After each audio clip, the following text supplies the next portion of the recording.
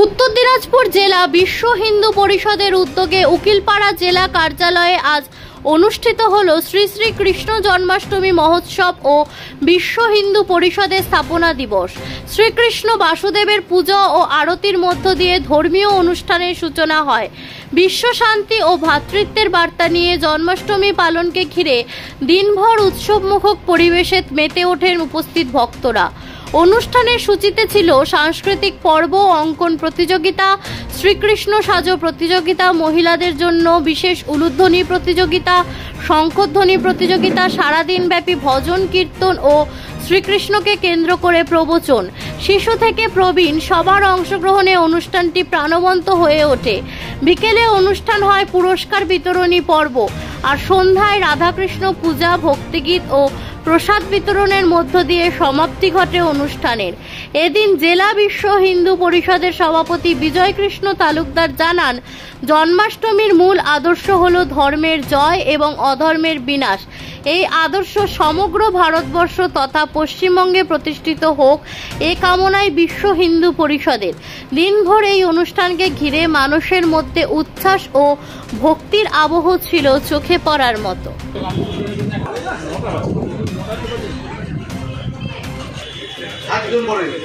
নমো অপবিত্র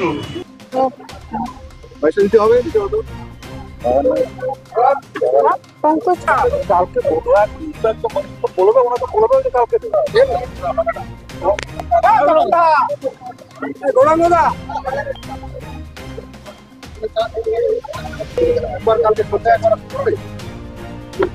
কোথায় বাড়ি? দাদা কি নাম, সংগঠনের কোন দায়িত্বে আছে? বিজয় কৃষ্ণ তালুকদার, বিশ্ব হিন্দু পরিষদ উত্তর দিনাজপুর জেলা সভাপতির দায়িত্বে আছে। আজকে এখানে কি অনুষ্ঠান? আজকে এখানে শ্রীকৃষ্ণের জন্মাষ্টমী আর হচ্ছে বিশ্ব হিন্দু পরিষদের প্রতিষ্ঠা দিবস আছে। শ্রীকৃষ্ণের জন্মদিনেই বিশ্ব হিন্দু পরিষদের প্রতিষ্ঠা হয়েছিল মুম্বাইতে 1964 সালে। সেই কারণেই আজকে জন্মাষ্টমী পালিত হচ্ছে, আর সাথে সাথে বিশ্ব হিন্দু পরিষদের স্থাপনা দিবস এটাও পালিত হচ্ছে। অনেক বাচ্চাদের দেখছি আপনারা পুরস্কার দিচ্ছে এইখানটাতে। আজকে সকালবেলা ওই যেহেতু আজকে কৃষ্ণের জন্মদিন, জন্মাষ্টমী, এই জন্য ওই কৃষ্ণ সাজো প্রতিযোগিতা একটা হয়েছিল, আর হচ্ছে এখানে একটা অঙ্কন প্রতিযোগিতা হয়েছে।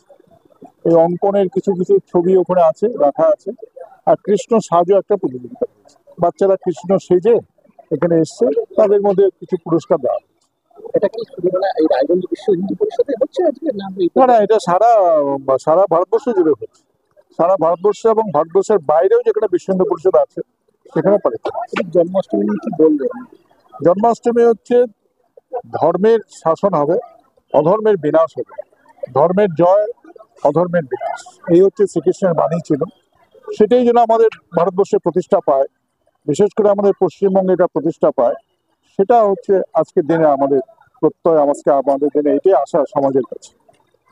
কৃষ্ণ সাজো প্রতিযোগিতা হয়েছে, আমাদের কৃষ্ণ আঁকো প্রতিযোগিতা হয়েছে, আর তার পরবর্তীকালে তো রান্না বান্না হয়েছে, আমাদের প্রসাদ এসে হয়েছে, কিছু হরি কীর্তন হয়েছে, এখানটায় পুজো হচ্ছে, পুজোতে যজ্ঞ হয়েছে।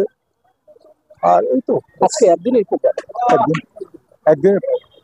এখন আপনিও রিপোর্টার, আপনার এলাকার যে কোনো খবর পাঠান এই নম্বরগুলোতে।